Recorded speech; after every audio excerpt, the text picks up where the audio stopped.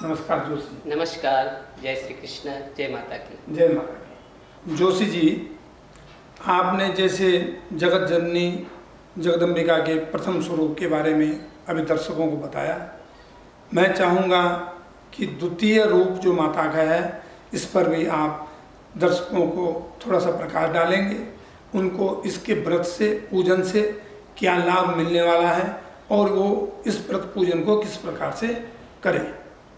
आदरणीय बंधुओं, द्वितीय नवरात्र माता जी का 14 अप्रैल 2021 वार बुधवार और भगवान चंद्रमा वृषभ राशि में प्रस्तुत हो रहे हैं।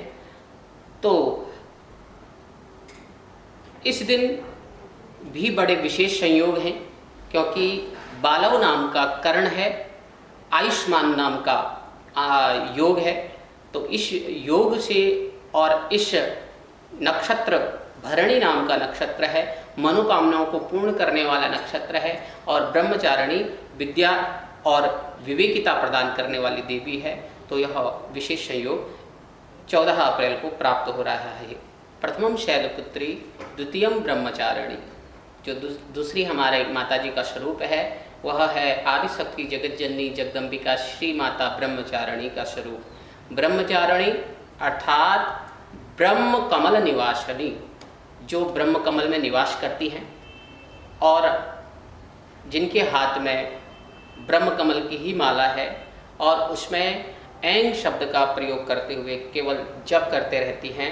ओम ऐंग ऐंग ऐंग शब्द का जप करती है माता ब्रह्मचारिणी। ब्रह्मचारिणी का भी पूजन विधान उसी प्रकार है जिस प्रकार से शैलपुत्री का। देखिए, पूजन विधान एक ही होता है, बस स्वरूप बदल जाता है और भोग की सामग्री बदल जाती है, पूजन की सामग्री बदल जाती है, मंत्र वही रहते हैं और बीज मंत्र जप मंत्र बदल जाता है, जिसमें ऐंग शब्द का इसमें जप कर सकते हैं। या यह विशेष ब्रह्मचारिणी का पूजन जो होता है, वे जो विद्यार्थी जीवन में विद्या प्राप्त कर रहे विद्यार्थी होते हैं उनके लिए चाहिए कि वे माता ब्रह्मचारिणी का पूजन विशेषतया जरूर करें। वह केवल नवरात्रों में ही नहीं, संपूर्ण जब भी 365 दिन जितने भी वर्ष में दिन होते हैं, तो विद्यार्थी जीवन में जीवन व्यापन करने वाले विद्यार्थियों को माता ब्रह्मचारिणी का पूजन करना चाहिए, जो ब्रह्मचर्य का पालन करते हैं। तो ब्रह्मचारिणी का पूजन प्रातःकाल जो ब्राह्मण हैं या किसी भी वर्ण के हैं, किसी भी संप्रदाय के हैं, तो जो श्रद्धा रखते हैं तो उन्हें चाहिए कि शिखा बंधन इत्यादि करके माता ब्रह्मचारिणी का पूजन करें।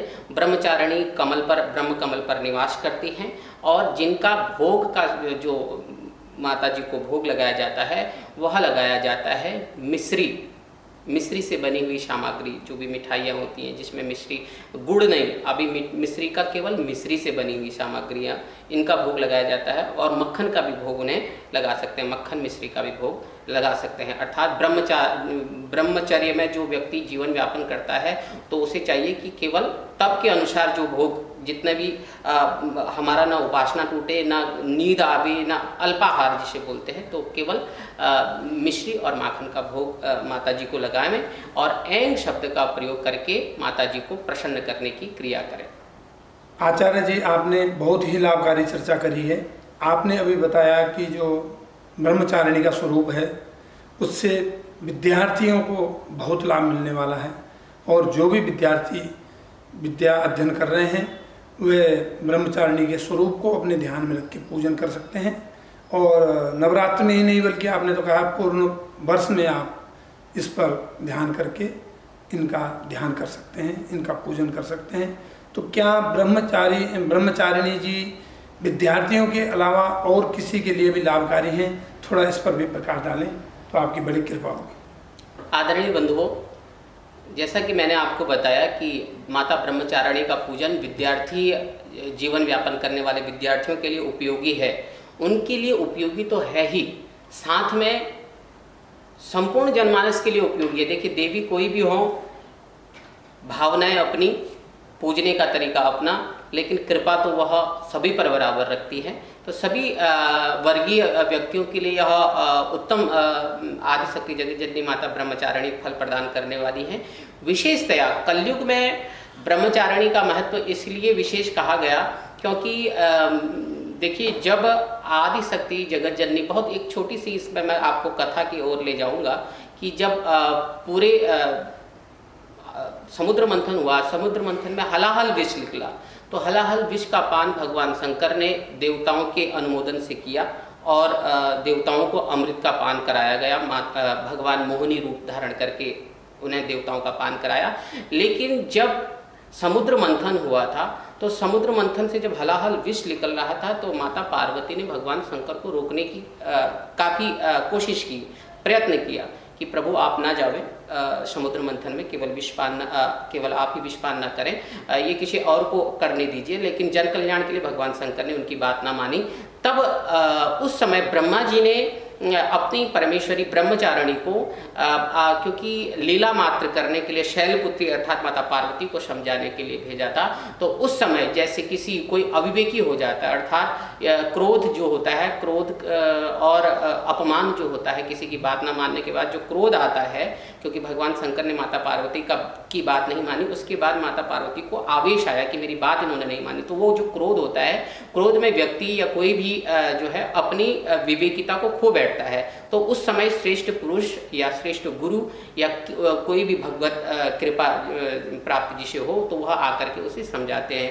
तो वही ब्रह्मा जी ने ब्रह्मचारिणी माता जी को माता शैलपुत्री के पास भेजा था। अर्थात यदि आप कभी भटक जावें तो उस वक्त आपको मार्ग दिखाने वाली ब्रह्मचारिणी होती है। तो इसलिए भी व्यक्ति को माता ब्रह्मचारिणी का पूजन अवश्य ही करना चाहिए कि आप कुमार्ग में न जावें, सुमार्ग पर बने रहें। धन्यवाद जोशी जी, आपने हमारे दर्शकों को माता ब्रह्मचारिणी के रूप के बारे में बताया। साथ ही आपने यह भी बताया कि जो लोग मार्ग से भटक रहे हैं, जो लोग मार्ग से इधर उधर हो रहे हैं, वो ब्रह्मचारिणी का ध्यान करें, व्रत करें, पूजन करें, तो अपने सन्मार्ग पर आ सकते हैं, अपने लक्ष्य को प्राप्त कर सकते हैं। आपका बहुत बहुत धन्यवाद। जय श्री कृष्ण, जय माता की। जय माता की। आवाज सुनो पहाड़ों की।